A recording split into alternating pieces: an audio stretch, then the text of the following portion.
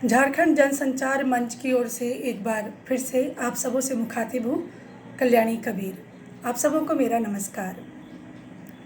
मुझको अब इतना भी आसान न समझा जाए, मुझको अब इतना भी आसान न समझा जाए, दिल को बहलाने का सामान न समझा जाए। अब तो बेटे भी चले जाते हैं रुखसत होकर, अब तो बेटे भी चले जाते हैं रुखसत होकर, सिर्फ बेटियों को ही मेहमान न समझा जाए। दोस्तों, हम बात कर रहे हैं भारतीय समाज में लिंग भेद की समस्या पर। आज जब हम चांद और मंगल ग्रह पर घर बनाने की योजना बना रहे हैं, तब भी हम एक पुरानी सोच के साथ गुत्थम गुत्था हैं, और वो सोच यह है कि बेटे जो हैं वो अव्वल दर्जे के होते हैं और बेटियां जो हैं वो दोयम दर्जे की नागरिकता लेकर आती हैं। आज भी घर परिवार में वो शिक्षित हो या अशिक्षित, गरीब हो या अमीर, इस अंतर के साथ जीता हुआ चलता हुआ दिखाई देता है, जो कि निसंदेह हम सबों के लिए एक सवाल है। कारण क्या है? पहले तो हम इस बुराई और इस बीमार सोच के पीछे की वजह पर बात करेंगे। सबसे पहली वजह यह है कि हमारी एक पुरातन पंथी सोच है, एक विचार है, एक धर्म है जो ये कहता है कि औरतें हमेशा पीछे रहती हैं और पीछे रहने वाली ही चीज़ हैं, और पुरुष जो हैं उनको नैसर्गिक रूप से ईश्वर ने ज़्यादा बेहतर बनाया है, ज़्यादा बुद्धिमान बनाया है, ज़्यादा सामर्थ्यवान बनाया है। इसलिए हर परिस्थिति में पुरुष आगे रहेंगे। घर का कोई निर्णय होगा तो पुरुष लेंगे और महिलाएं पीछे रहेंगी, क्योंकि प्राकृतिक तौर पर ही महिलाएं पीछे रहने के लिए हैं और रसोई घर के अंदर रसोई घर की शोभा बढ़ाने के लिए हैं। तेल, मसाले और नमक के डब्बों के बीच ही जीवन गुजारने के लिए उन्हें बनाया गया है। ये एक सोच है। अपवाद हैं, मैं जो कह रही हूँ मेरे दिमाग में वो औरतें भी हैं जिन्होंने राजनीति, साहित्य, प्रशासनिक, मेडिकल, शिक्षा, साहित्य, बहुत सारी जगहों पर अपने नाम कमाए हैं। पर मैं एक ऐसी बात पर चर्चा कर रही हूँ जो अभी भी समाज में व्याप्त है, पूरी तरह से वो हमसे नष्ट, हमसे दूर नहीं हुआ है। एक असुरक्षा की भावना भी हमेशा बालिकाओं के साथ होती है, महिलाओं के साथ होती है। इसलिए भी लोगों को लगता है कि बेटियों का जन्म लेना सर पर एक बोझ की तरह है और परिवार की जिम्मेदारियों को कहीं ना कहीं बढ़ा देता है, क्योंकि जिस तरह से छेड़खानी की घटनाएं होती हैं, घरेलू हिंसा होते हैं, बलात्कार होते हैं, तो ये सारी बातें जो हैं वो कहीं ना कहीं अभिभावकों के दिमाग में एक ऐसी बात बिठा देती है कि बालकों को पालना आसान है, लेकिन बच्चियों को, बालिकाओं को पालना मुश्किल है।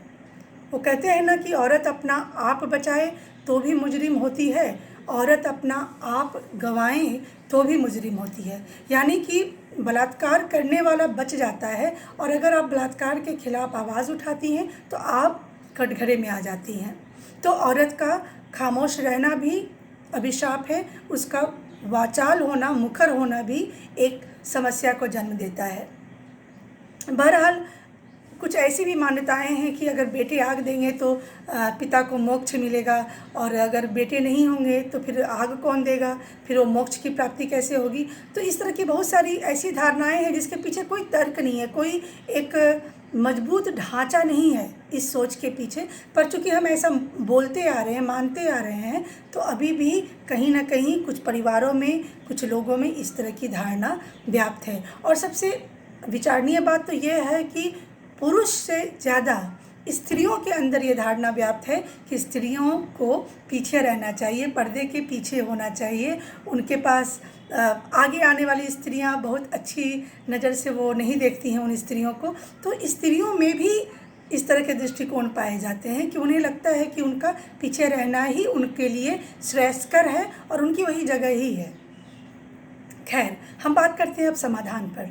बेशक शिक्षा और जागरूकता दो एक ऐसी बात है जिसके जरिए हम अपनी सोच को बदल सकते हैं, क्योंकि हम बदलेंगे तो जग बदलेगा। तो सबसे पहले हम अपनी सोच को बदलें, हम एजुकेशन देने के मामले में अपने बेटे बेटी दोनों को ही समकक्ष रखें, दोनों को ही समान अवसर दें, दोनों को ही आगे बढ़ाएं।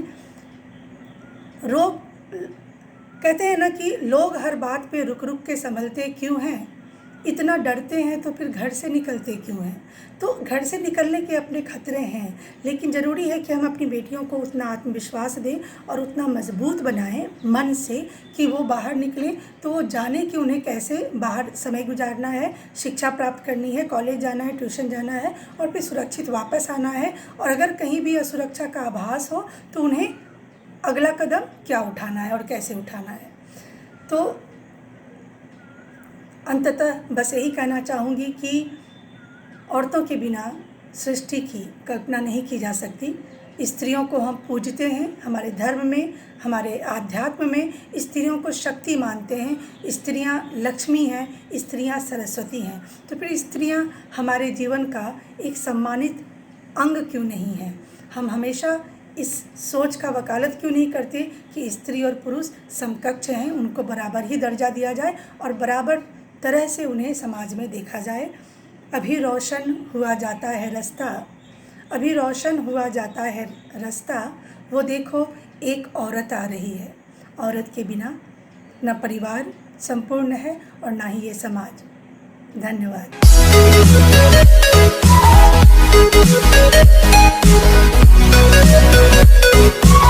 We'll be right back.